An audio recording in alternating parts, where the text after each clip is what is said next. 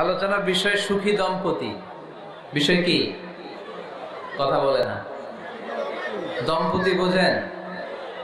বোঝেন? স্বামী আর স্ত্রী বানায় যেজন মিস্ত্রি, সে বড় আজব কারিগর মনরে, সে বড় কঠিন কারিগর, ঠিক কিনা? পৃথিবীর প্রথম দম্পতি হচ্ছে সাইয়েদনা আদম আলাইহিস সালাম আর হাওয়া আলাইহাস সালাম। পৃথিবীর প্রথম স্বামী আদম আলাইহিস সালাম, প্রথম স্ত্রী হাওয়া আলাইহাস সালাম। ওয়া কুলনা ইয়া আদম উসকুন আনতা ওয়া যাওজুকাল জান্নাহ। আল্লাহ বললেন, আদম তুমি আর তোমার জোড়া বা তোমার স্ত্রী দুজনে মিলে জান্নাতে থাকো। তাহলে ওনারা ছিলেন স্বামী আর স্ত্রী, ঠিক কিনা? তাহলে এই দাম্পত্য সম্পর্কটা এটা জান্নাতি সম্পর্ক। কি সম্পর্ক? উত্তর দিতে হবে দৌলতপুরের ভাইরা। রাগ করছেন আমার সাথে? শীত লাগতেছে? উত্তর দেওয়া যাবে আওয়াজ করে? হ্যাঁ, আওয়াজ করে উত্তর দিবেন, মুখে তালা মেরে বসে থাকা যাবে না। তাহলে পৃথিবীর প্রথম স্বামীর নাম কি?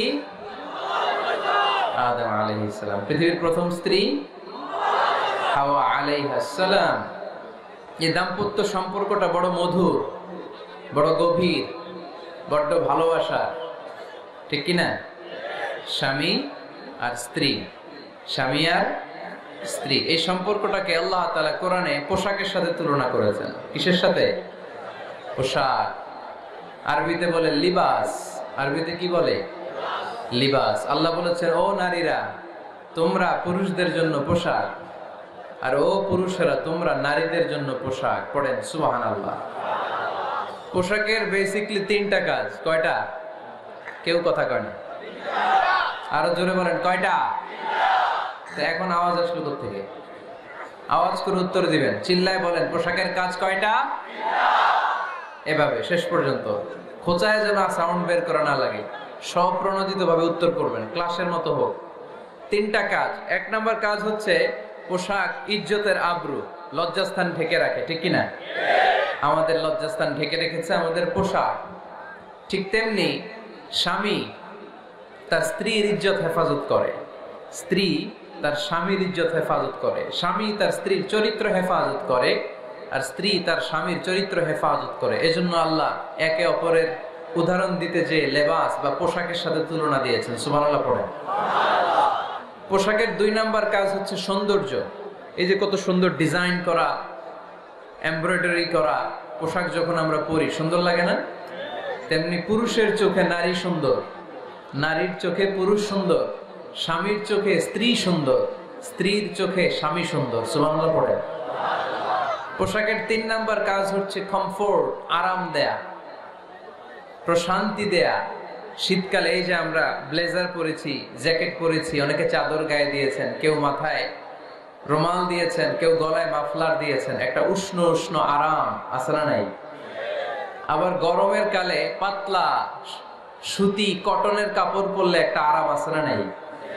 তাহলে পোশাক পরলে যেমনি আমাদের দেহ প্রশান্ত হয়, আরাম পাওয়া যায়, তেমনি স্বামী স্ত্রীর স্পর্শ পেলে সে আরাম পায়, তার হৃদয়টা প্রশান্ত করে দেয় কে? আবার স্ত্রী স্বামীর সঙ্গ পেলে তার মধ্যে প্রশান্তি এনে দেয় কে? এজন্য রব্বুল আলামিন বলেন, হুন্না লিবাসুল লাকুম ওয়া আনতুম লিবাসুল লাহুন্না। ও দুনিয়ার নারীরা, তোমরা হলে পুরুষদের জন্য পোশাক, পুরুষ হলো নারীদের জন্য পোশাক। সুবহানাল্লাহ পড়েন। পোশাক যেমনি ইজ্জত আবরুর হেফাজত করে, তেমনি স্বামী স্ত্রী একে অপরের ইজ্জত হেফাজত করে। পোশাক যেমনি সৌন্দর্য বাড়ায়, স্বামীর চোখে স্ত্রী সুন্দর, স্ত্রীর চোখে স্বামী সুন্দর। পোশাক যেমনি আরাম দেয়, স্বামী তার স্ত্রীর স্পর্শ পেলে, স্ত্রী তার স্বামীর স্পর্শ পেলে হৃদয়ে প্রশান্তি অনুভব করে, ঠিক কিনা? এজন্য দাম্পত্য জীবন, এখানে স্বামীও আছে স্ত্রীও আছে। ইংরেজিতে বলে কাপল, কাপল লাইফ। এই বিশ্ব সভ্যতা নির্মাণে নারী পুরুষ, স্বামী স্ত্রী দুইজনেরই অবদান আছে না নাই? এজন্য সুনানে তিরমিজির বর্ণনায় আল্লাহর হাবিব সাল্লাল্লাহু আলাইহি ওয়াসাল্লাম বললেন, আন-নিসাউ শাকাইকুর রিজাল। নারীরা হচ্ছে পুরুষের কাউন্টার পার্ট, নারীরা হচ্ছে পুরুষের পার্টনার, সহকর্মী, সহযোগী। এই বিশ্ব সভ্যতা নির্মাণে শুধু পুরুষদেরই অবদান নাই, নারীদের অবদান আছে না নাই? এজন্য কাজী নজরুল ইসলাম অসাধারণ লিখেছে, এ বিশ্বে যা কিছু মহান চির কল্যাণকর অর্ধেক তার করিয়াছে নারী, অর্ধেক তার নর। তার মানে নর নারী, স্বামী স্ত্রী দুইজনেরই অবদান এই মানব সভ্যতায় আছে না নাই? এই সম্পর্কটাকে আল্লাহ লেবাসের সাথে তুলনা করলেন, মেটাফরিক্যালি, রূপক ভাবে আল্লাহ পোশাকের সাথে তুলনা করলেন। পোশাক যেমনি গায়ের সাথে লেগে থাকে, পোশাক যেমনি চামড়ার সাথে মিশে থাকে, স্বামী স্ত্রীর সম্পর্কটাও এরকম একাকার, মিলেমিশে, ভালোবেসে একাকার। স্বামী স্ত্রীর রিলেশনশিপ সম্পর্কটা অনেকটা হাত আর চোখের মতো। হাত ব্যথা পেলে চোখ দিয়ে পানি ঝরে, আবার চোখ দিয়ে পানি ঝরলে হাত সেই পানি মুছে দেয়, ঠিক কিনা?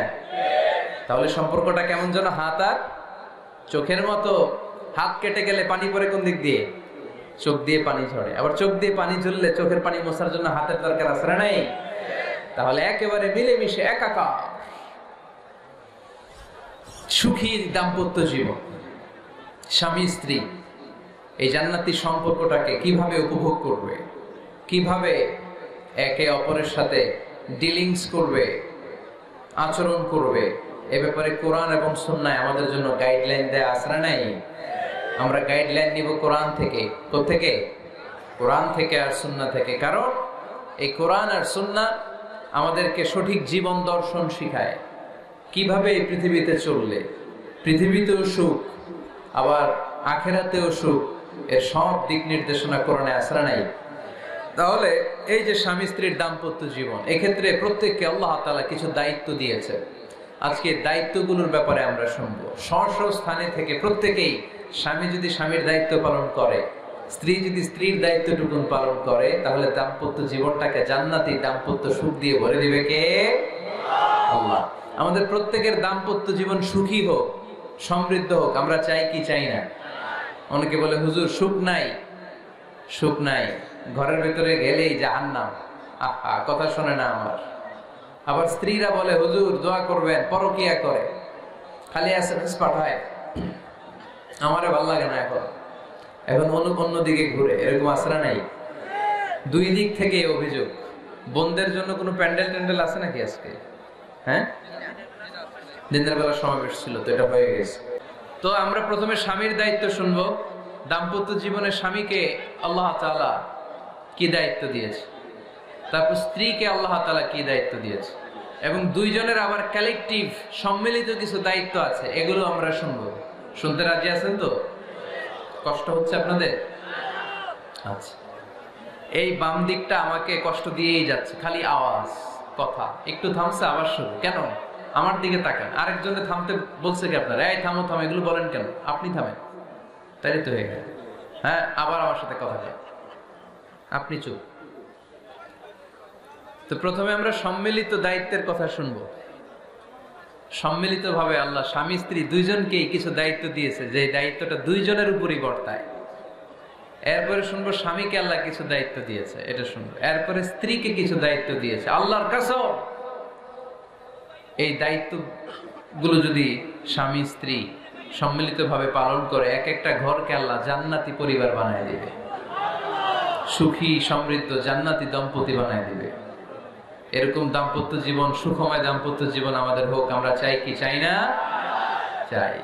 তাহলে আমরা প্রথমে আলাদা আলাদা দায়িত্ব শোনার আগে সম্মিলিত বা কালেকটিভ রেসপন্সিবিলিটি কি আছে, এই সম্মিলিত দায়িত্বগুলো শুনবো। স্বামী স্ত্রীর দুইজনের কাঁধেই বর্তায় এরকম প্রথম দায়িত্ব হচ্ছে স্যাক্রিফাইস। দাম্পত্য জীবনের আসল খেলাটা হচ্ছে স্যাক্রিফাইসের খেলা। কিসের খেলা? স্যাক্রিফাইস। এটা লাগবে। আমার বোনেরা অথবা যুবতী বোনেরা অথবা রিসেন্টলি বিয়ে হয়েছে এরকম বোনেরা, আজকে তো এক ভাই এসে দোয়া চাইল, হুজুর 3 দিন আগে বিয়ে হয়েছে আমার, একটু দোয়া করে দেন। তারপর যুবক ছেলেরা, তোমরা যারা বিয়ে করনি করবা, খেয়াল করে শোনো, এগুলো কাজে লাগবে। স্যাক্রিফাইসটা খুব জরুরি। স্যাক্রিফাইস ইজ দ্য কি of a successful happy couple life. একটা সুখী দাম্পত্য জীবনের আসল চাবি হচ্ছে স্যাক্রিফাইস। আওয়াজ করে বলতে হবে, চাবিটার নাম কি? স্যাক্রিফাইস করতে হবে, একটু মানিয়ে নেয়া, একে অপরকে বোঝা, একটু ভালোবাসা, একটু মানিয়ে চলা, এটার নাম হচ্ছে স্যাক্রিফাইস। একে অপরকে বোঝার চেষ্টা করা, একটু মানিয়ে চলার চেষ্টা করা, একটু ভালো লাগা, একটু ভালোবাসা, সুখ দুঃখ ভাগাভাগি করে মিলেমিশে একাকার হয়ে যাওয়া, এটার নামই দাম্পত্য জীবন, ঠিক কিনা? হ্যাঁ, এটার নামই দাম্পত্য জীবন। মিলেমিশে একাকার হয়ে যেতে হবে, স্যাক্রিফাইসের মানসিকতা অর্জন করতে হবে। একে অপরের দোষ ধরলে চলবে না, কারণ no one is perfect in this life. আপনি যে আপনার বউয়ের দোষ ধরতেছেন, আপনার দোষ নাই? কথা বলেন না কেন? আপনারও দোষ আছে না নাই? তো লিস্ট দুই ভাবে করা যায়, একটা হচ্ছে দোষের লিস্ট আর একটা হচ্ছে গুণের লিস্ট। দোষের লিস্ট বাদ দিয়ে দেন। আপনার স্ত্রীর মধ্যে আল্লাহ তাআলা কি কি গুণ দিয়েছে, এই গুণগুলোর লিস্ট করুন, দোষের লিস্ট নয়। দাম্পত্য জীবনটাই এমন, কখনো ঝগড়া, কখনো হাসাহাসি, কখনো মেঘ, কখনো বৃষ্টি, আছে না নাই? হয় না এরকম? আপস এন্ড ডাউনস, মাঝে মাঝে একটু ঝগড়া, মাঝে মাঝে আবার ভালোবাসা, আবার খুনসুটি। এগুলো মিলেমিশে একাকার করে স্যাক্রিফাইস দিয়ে একে অপরকে জয় করে নিতে হয়, কারণ no one is perfect in this world. এই পৃথিবীতে কেউই পারফেক্ট না। আপনি আপনার বউয়ের দোষ খুঁজলে আপনারও দোষ আছে না নাই? কেউ দোষমুক্ত নয়। এজন্য দোষ না খুঁজে আমরা স্যাক্রিফাইস করব। দাম্পত্য জীবনের এটাকে সুখী সমৃদ্ধ করার এক নাম্বার চাবিকাঠি হচ্ছে স্যাক্রিফাইস। এইদিকে কয়েকটা হচ্ছে, এগুলো টান দেন, বসান বসান বসান বসান। এই যে লাল গেঞ্জি, এটার বসান, পিছনে সবুজ গেঞ্জি বসান, টাইনা বসান না, আমি বলছি বসান, টান দেন ওরে ধরে, টানেন সবাই মিলে, টান দেন ওরে, হ্যাঁ বসান, হ্যাঁ ধাক্কা মারেন, সাবাস, হ্যাঁ ঠিক আছে। এই বসাইতে পারেন, লাল গেঞ্জি চলে যাইতেছে, ওরে ধরো, এই ঠিক আছে, বসছো, ঠিক আছে বসছো, ফাইন, আমার দিকে তাকান, বসে গেছে। কষ্ট পাইতেছেন আপনারা? হুজুর শেষ করে দেয় তাইলে? হ্যাঁ শুনবেন তো? ওঠা বসা কেন? সময় দিয়েছিলাম, ওই সময় যান না কেন? পুরো বাংলাদেশটা এরকম ক্যাওস, কেউ নিয়ম মানতে চায় না, যেতে বলছি যায় না, এরপর কথা শুরু করছে, এখন ওঠা শুরু করছে। তো শৃঙ্খলা আপনি কোথায় কাজে লাগাবেন? এটা কোরআনের মাহফিল, এখানে নীতির কথা শোনানো হয়, তো এখানে যা চলবে সব নীতি মেনেই চালাতে হবে, ঠিক কিনা? অনিয়ম করতে পারবেন না আপনি। আর এখানে তো ওনারা স্বাধীনতা ঘোষণা করছে, আলাদা হয়ে যাবে এরা, আপনারা স্বাধীন হয়ে যান, হয়েছে? এদিকে তাকান। তাহলে সুখী দাম্পত্য জীবনের এক নাম্বার চাবির নাম কি? স্যাক্রিফাইস। চিল্লায় বলতে হবে, সেটা কি? তাহলে হাজবেন্ড ওয়াইফ দুইজনে স্যাক্রিফাইস করবেন।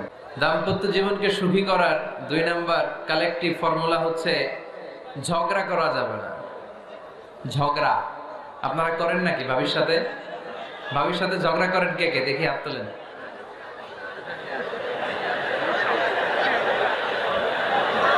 এদিকে সব আল্লাহর ওলি, এরা ঝগড়া টগড়া করে না। আপনি করেন? এই সাহসী সন্তান আছে কিছু, মাশাআল্লাহ, ঠিক আছে, বেশি করেন না আবার। হ্যাঁ ঠিক আছে, ঠিক আছে, তোমরাও করো, বুঝছি, আপনারাও করেন, ওকে। না, ঝগড়া করা যাবে না। একজন ঝগড়া শুরু করলে আরেকজন চুপ থাকতে হবে।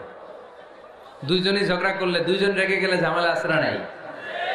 স্বামী রেগে গেলে স্ত্রী চুপ, স্ত্রী কখনো রেগে গেলে স্বামী চুপ, দুইজনই রেগে গেলে তৃতীয় বিশ্বযুদ্ধ, ঠিক কিনা?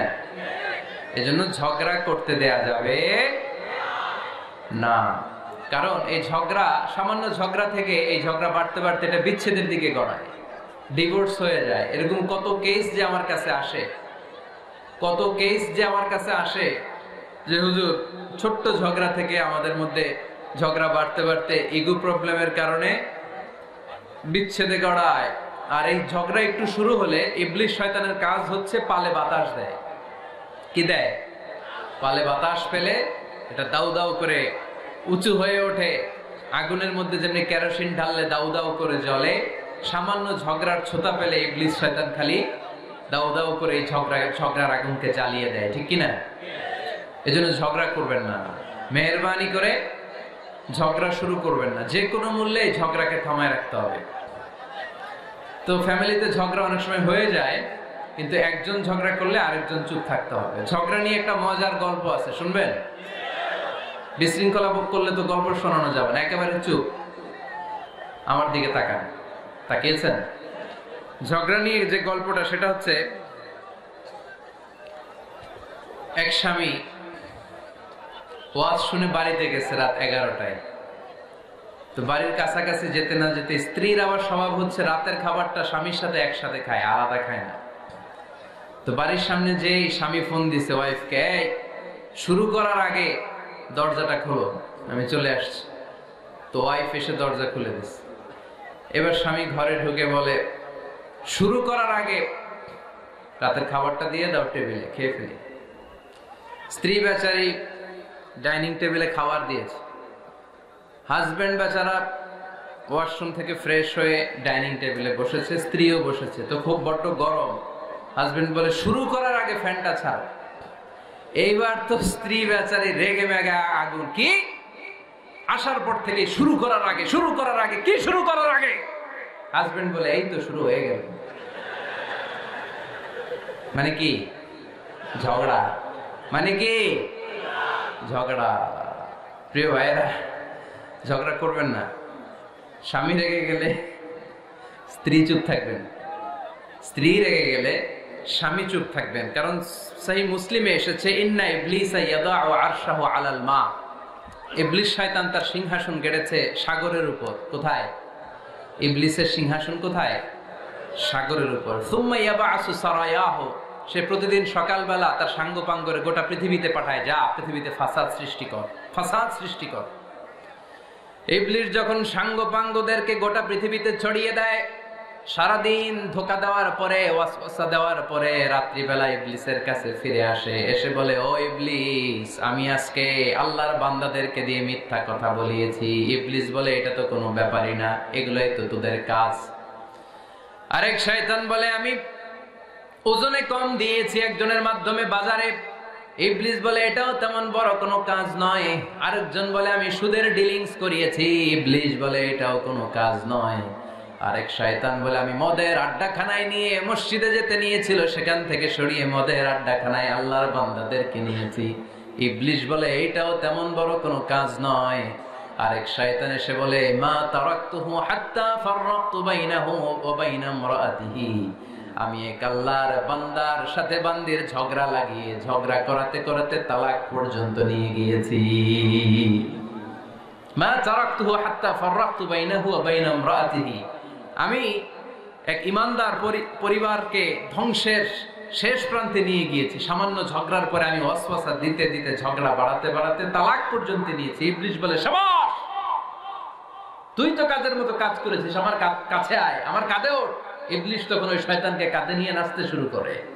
নাউজুবিল্লাহ পড়বেন না? এজন্য ইমানদারদের সংসার ভেঙে খান খান হোক, এটা হলে ইবলিস খুশি, আর ইমানদারের পরিবার টিকে থাকলে আমার আল্লাহ খুশি। আমরা কার খুশি চাই? এজন্য শয়তানরে খুশি হতে দেয়া যাবে না।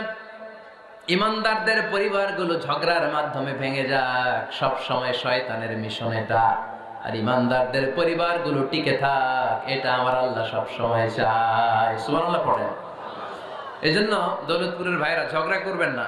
ঝগড়া কিন্তু নবী রাসূলদের পরিবারেও ছিল, আল্লাহ রাসূল সাল্লাল্লাহু আলাইহি ওয়াসাল্লামের পরিবারেও ঝগড়া ছিল। এটা স্বাভাবিক, দাম্পত্য জীবনের খুব সিম্পল ইস্যু। একজন রাগ করলে আরেকজন থেমে যাবে। পারবেন? কি হলো, পারবেন না? আল্লাহর হাবিব সাল্লাল্লাহু আলাইহি ওয়াসাল্লামের সাথে আম্মা জান আয়েশার ঝগড়া হতো। মজার একটা হাদিস শুনেন, সহিহ বুখারীর হাদিস, মুসনাদ আহমদ ইবনে হাম্বলও এসেছে এই হাদিসটা। আম্মা জান আয়েশার সাথে ঝগড়ার পর আম্মা জান আয়েশাও রাগ, আল্লাহ রাসূল সাল্লাল্লাহু আলাইহি ওয়াসাল্লামও রাগ। এখন রাগ মিটানোর দরকার আছে না নাই? আল্লাহ রাসূল সাল্লাল্লাহু আলাইহি ওয়াসাল্লাম বললেন, আয়েশা চলো মিটমাট করে ফেলি। সুবহানাল্লাহ কইবেন না? চলো মিটমাট করি। তো কারে ডাকবো মিটমাটের জন্য? ওমর রে ডাকি। আম্মা জান আয়েশা বলে, না, ওমর অলিভ, ওমর খুব মেজাজ বলে, আমার ডর লাগে। তোমার আব্বারে ডাকি। আব্বারে ডাকেন, আব্বারে ডাকেন। খুশি হয়ে গেছেন আম্মা জান আয়েশা রাদিয়াল্লাহু। আবু বকর রাদিয়াল্লাহু চলে আসলেন, দাঁড়ালেন।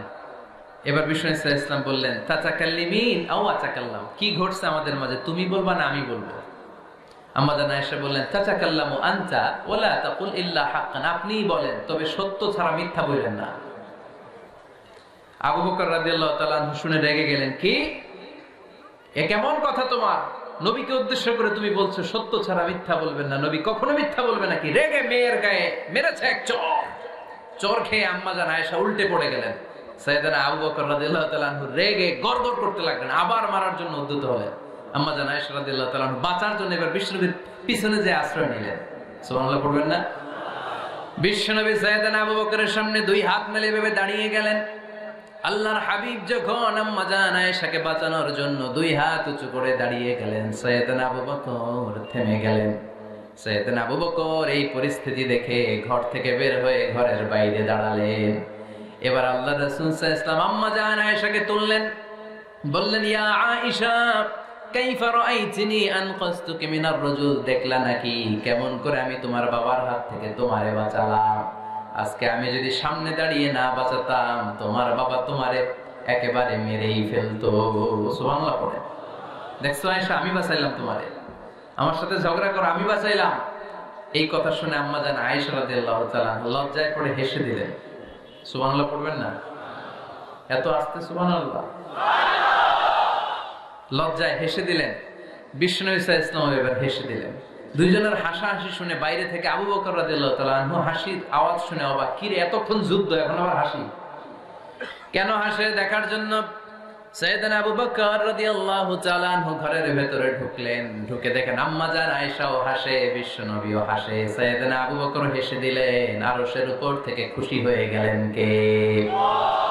এবার সাইয়েদনা আবু বকর বলেন, ইয়া রাসূলুল্লাহ, ইয়া হাবিবাল্লাহ, আশরিকানি ফি সিলমিকুমা কামা আশরাকতুমানি ফি হারবিকুমা। নবী গো, আপনাদের দুইজনের মধ্যে যুদ্ধ লাগলে যেমনি মিটমাট করার জন্য আপনি আমারে ডাকেন, আপনাদের এই আনন্দ কোন মুহূর্তগুলোতে শরীক হওয়ার জন্য মাঝে মাঝে আমারে ডাকেন। সুবহানাল্লাহ পড়েন। আপনাদের মধ্যে যুদ্ধ লাগলে সন্ধি করার জন্য যেমনি আমারে ডাকেন, আপনারা যখন আনন্দ কোন পরিবেশে এরকম খুনসুটি করেন, হাসাহাসিতে মেতে ওঠেন, তখন একটু আমারে রাখেন। সুবহানাল্লাহ পড়বেন না? দেখেন আল্লাহ রাসূল সাল্লাল্লাহু আলাইহি ওয়াসাল্লাম পৃথিবীর সবচেয়ে শ্রেষ্ঠতম মানুষ। উনাদের পরিবারেও ঝগড়া হতো, কিন্তু এই ঝগড়া কোনোদিন তালাক পর্যন্ত গিয়েছে? কথা বলেন না কেন? আল্লাহর হাবিব সাল্লাল্লাহু আলাইহি ওয়াসাল্লাম তার কোন স্ত্রীকে তালাক দিয়েছেন? প্রায় আম্মা জান আয়েশার সাথে রাগারাগি হতো। আল্লাহর হাবিব সাল্লাল্লাহু আলাইহি ওয়াসাল্লাম বলতেন, আয়েশা কখন তুমি রেগে থাকো সেটাও আমি জানি, কখন তুমি আমার উপর খুশি থাকো সেটাও আমি জানি। ইয়া আয়েশা ইন্নী লা আ'লামু ইযা কুনতি আন্নী রাদিয়া ওয়া ইযা কুনতি আলাইয়া গাদবা। আয়েশা কখন রেগে থাকো তাও বুঝি, কখন খুশি থাকো তাও বুঝি। আম্মা জান আয়েশা বললেন, ইয়া রাসূলুল্লাহ কেমনে বোঝেন? বিশ্বনবী বললেন, তোমার দোয়ার বাক্যগুলো শুনো বুঝি। যখন তুমি আমার উপরে খুশি থাকো তখন দোয়ার সময় তুমি এভাবে বলো, রব্বি মুহাম্মদ, ও মুহাম্মাদের রব, আপনি আমাদের সব গুনাহ মাফ করে দেন। আর যখন তুমি আমার উপর রেগে থাকো তখন তুমি মুনাজাতের সময় বলো, রব্বি ইব্রাহিম, ইব্রাহিমের রব, আপনি আমাদেরকে ক্ষমা করে দেন। তার মানে যখন তুমি রেগে থাকো তখন দোয়ার সময় আমার নামটা মুখে নিতে চাও না। সুবহানাল্লাহ পড়েন। তখন তুমি দোয়ার সময় অন্য নবীর নাম নাও। আম্মা জান আয়েশা বললেন, ইয়া রাসূলুল্লাহ মা আহাজুরু ইল্লা ইসমাক, আমি তো শুধু নামটাই সরাই, আমার মুখ থেকে কেবল আপনার নামটাই সরায় রাখি, আমার হৃদয় থেকে কখনো আপনারে সরাতে পারি না। আমার হৃদয় জুড়ে আপনি, মা আহাজুরু ইল্লা ইসমাক, নবী হে, আমি শুধু দোয়ার সময় রাগের মাথায় আপনার নামটা বাদ দেই, হৃদয় থেকে তো আপনারে বাদ দিতে পারি না। সুবহানাল্লাহ বলবেন না? তার মানে নবীদের ফ্যামিলি তো ঝগড়া এগুলো হতো, কিন্তু এটা তালাক পর্যন্ত গড়াতো না, ঠিক কিনা? তাহলে এখন থেকে আমাদের এই স্লোগান নিতে হবে যে ঝগড়া করলেও আমরা ডিভোর্সের দিকে যাব না। পারা যাবে? আর একজন রেগে গেলে আরেকজনকে চুপ থাকতে হবে। ভাবি রেগে গেলে আপনি চুপ, পারবেন? পারবেন না? ইনশাআল্লাহ। এই যারা বিয়ে করে না এরা ইনশাআল্লাহ, আর বাকিরা চুপচাপ। আওয়াজ করে পড়েন না ইনশাআল্লাহ। তাহলে প্রথমে স্যাক্রিফাইস, তারপর ঝগড়া করা যাবে না। 3 নাম্বার, দাম্পত্য জীবনের কোনো গোপন কথা অন্যের কাছে শেয়ার করা যাবে না। হাদিসে এসেছে, এটাকে বলা হয়েছে আ'যামুল আমানা, এটা সবচেয়ে বড় আমানত। যারা দাম্পত্য জীবনের একান্ত বিষয় কারোর সাথে শেয়ার করে তারা সবচেয়ে বড় কবিরা গুনাহ করে। আশারুন নাস বলেছেন বিশ্বনবী এদেরকে, সবচেয়ে নিকৃষ্ট মানুষ। ইয়াউমাল কিয়ামাতি মানজিলাতান, আল্লাহর কাছে কিয়ামতের দিন সবচাইতে নিকৃষ্ট হয়ে দাঁড়াবে ওই দম্পতি, ওই নারী কিংবা ওই পুরুষ, তুফদি ইলা যাওজিহি ওয়া ইউফদি ইলা যাওজিহা সুম্মা ইউনশিরু সিররাহা। তারা একান্ত সময়ে ফিজিক্যাল ইন্টিমেসিতে যা করে এটা পরে মানুষের কাছে বলে বেড়ায়, এরকম আছে না নাই? খবরদার, এটা বড় কবিরা গুনাহ। অনেক বোনরা একসাথে হলে দাম্পত্য জীবনের বিভিন্ন গোপন বিষয় নিয়ে কথা বলে, আছে না নাই? অনেক পুরুষরা একে অপরের সাথে, বন্ধুদের সাথে বিভিন্ন বিষয় নিয়ে শেয়ার করে, এটা এমন ওইটা এমন, এগুলো বলা যাবে? আর সিবাউ হারাম। দাম্পত্য জীবনের সব বিষয়, স্বামীর সব বিষয় স্ত্রীর কাছে আমানত। স্ত্রীর সব বিষয় স্বামীর কাছে আমানত রেখেছে কে? দাম্পত্য জীবনের এই প্রাইভেট লাইফের কোনো কিছু কিয়ামত পর্যন্ত অন্যের কাছে প্রকাশ করাকে হারাম ঘোষণা করে দিয়েছে কে? এজন্য খবরদার আমার বোনেরা, একসাথে মহিলারা হলে পেটের কথা পিঠের কথা সব বের করে দেয়, আসরা নাই, কিছু থাকে না, সব বের হয়ে যায়। খবরদার, সব বললেও দাম্পত্য জীবনের কোনো কথা শেয়ার করা যাবে? আমার ভাইয়েরা খবরদার, আপনাদের দাম্পত্য জীবনের কোনো কথা আপনার বন্ধুর সাথে শেয়ার করতে পারবেন না। এগুলো ফ্যামিলির শান্তি নষ্ট করে, দাম্পত্য জীবনের সুখকে নষ্ট করে। তাহলে 3 নাম্বার, প্রাইভেসি বজায় রাখবেন, এটা দুজনেরই দায়িত্ব। 4 নাম্বার, অহেতুক সন্দেহ পরিহার করুন। অনেক স্ত্রী আছে হাজবেন্ডের খালি সন্দেহ করে, ওদিকে তাকাই লাগেন, ওই মেয়ের দিকে তাকাই লাগেন, মোবাইল দেখি, মোবাইল দাও, ফেসবুকের পাসওয়ার্ড দাও, ঢুকে দেখি মেসেঞ্জারে কার সাথে চ্যাট করছে, এই অফিসের ফাইল দেখি, এই এটা দেখি, এই তোমার ইনবক্স চেক করবো, এদিকে দাও, আছে না নাই? এই সন্দেহ ঘরটারে জাহান্নামের টুকরো বানিয়ে ছেড়েছে। অহেতুক সন্দেহ করবেন না। আবার ভাইরা ভাবিদেরকে অহেতুক সন্দেহ করবেন, এই ওদিকে গেলা কেন, ওদিকে তাকাইলা কেন, এটা করলা কেন, ওইটা করলা কেন, দেখি তোমার মোবাইল, তোমার মোবাইলের গ্যালারি দেখি, লক করে রাখছো কেন, লক খোলো, আছে না নাই? অহেতুক সন্দেহ ফ্যামিলিটারে জাহান্নামের টুকরা বানিয়ে দেয়। হ্যাঁ, ভ্যালিড কোনো অপরাধ যদি স্বামী করে ফেলে, ভ্যালিড কোনো অপরাধ যদি স্ত্রী করে ফেলে, পরকীয়ার কোনো বিষয় যদি প্রমাণিত হয়, বসেন, কনসাল্ট করেন, একে অপরের সাথে কথা বলেন, জিজ্ঞেস করেন। কিন্তু অহেতুক, আমি অনেক ফ্যামিলি এরকম দেখেছি, আমার কিছু বন্ধুকেও আমি দেখেছি যে এদের অবস্থা খুব খারাপ, খালি সন্দেহ করে, আছে না নাই?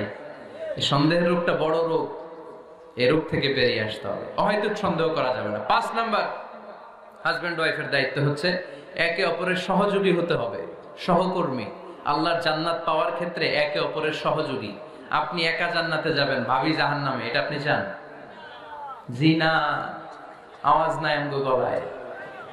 আপনি এটা চান? ভাবি একা জান্নাতে যাবে, আপনি যাবেন না, এটা ভাবি চায়? চায় না। তাহলে গেলে একসাথেই যান না, একসাথেই যান, একসাথেই যাবেন, আলাদা না। এজন্য আল্লাহর আনুগত্যে, আল্লাহর ইবাদতে, দাম্পত্য জীবনে একে অপরের সহযোগী হতে হবে। স্বামী ভুল করলে স্ত্রী সুন্দর করে শুধরে দিবে, স্ত্রী ভুল করলে স্বামী শুধরে দিবে। ফজরের সময় স্ত্রী হাজবেন্ডকে ডেকে দিবে, উঠতে না চাইলে ঠান্ডা পানির ছিটা দিবে। কারণ জান্নাতে একা যাওয়া যাবে না, গেলে দুইজনে যাব, কথা কয় না? দুইজনেই জান্নাতে যাওয়ার দরকার আছে না নাই? যত বেশি আপনারা আল্লাহর আনুগত্যে আগাতে পারবেন, তত আপনাদের মহাব্বত বাড়ায় দিবে কে? এই যে হাজবেন্ড ওয়াইফের ভালোবাসাটাকে বলে লাভ পিরামিড। কি pyramid? Love pyramid, like triangle, ত্রিভুজ আকৃতির। হাজবেন্ড ওয়াইফের ভালোবাসাটা ত্রিভুজ আকৃতির। The closer the couple comes to Allah, the closer they comes to each other. Husband wife যত বেশি আল্লাহর কাছে যাবে, তারা নিজেরাও নিজেদের তত কাছে যাবে।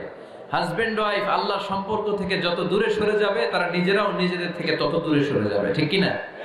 ত্রিভুজ চিনেন আপনারা?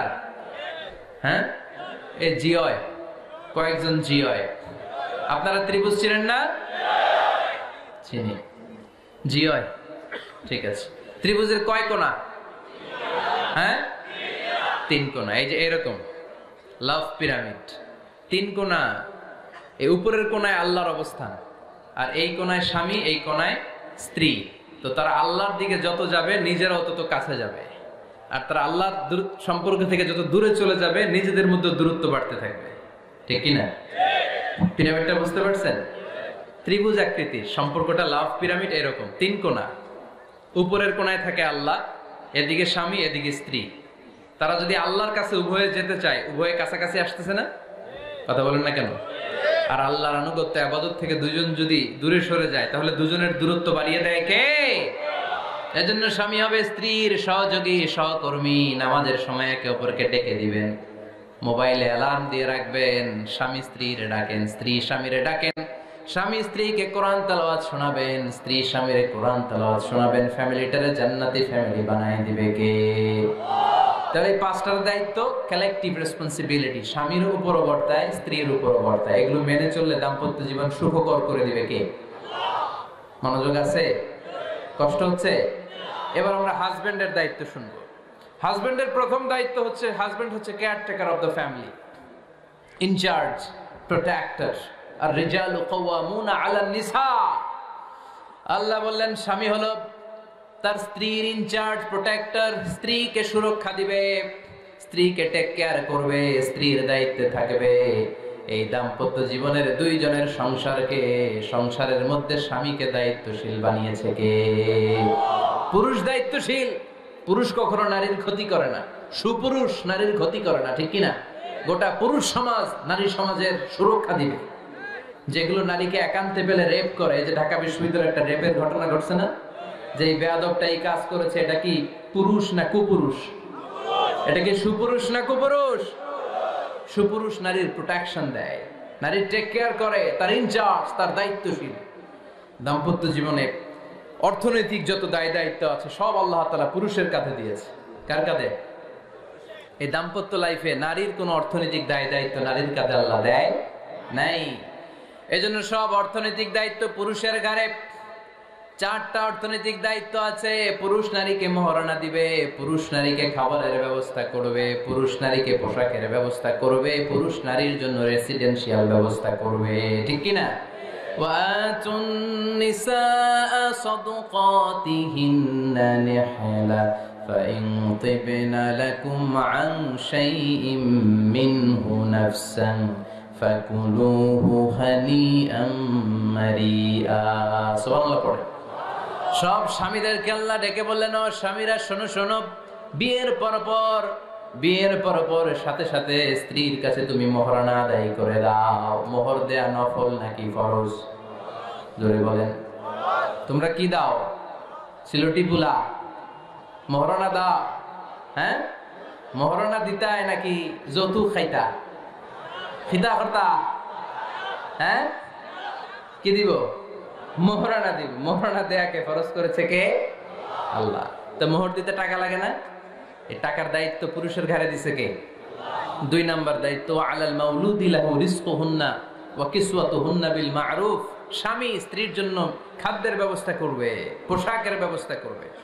3 নাম্বার, ওয়াসকিনুহুন্না মিন হাইসু সাকানতুম মিন ওয়াজদিকুম। নিজের সামর্থ্যের মধ্যে থেকে স্ত্রীর জন্য রেসিডেন্সিয়াল একটা এরিয়ার ব্যবস্থা করে দিবে। সুবহানাল্লাহ।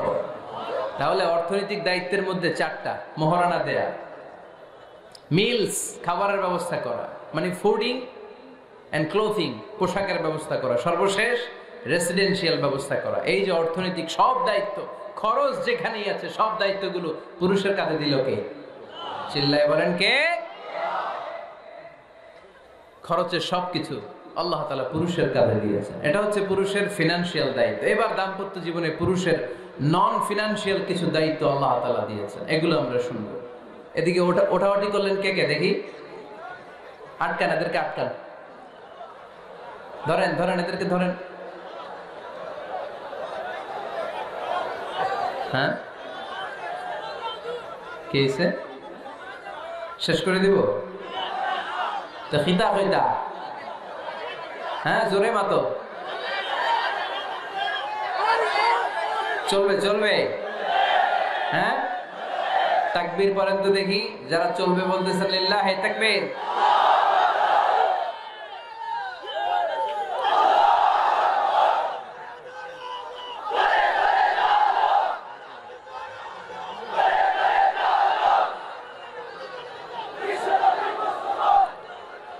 মাশাআল্লাহ মাশাআল্লাহ।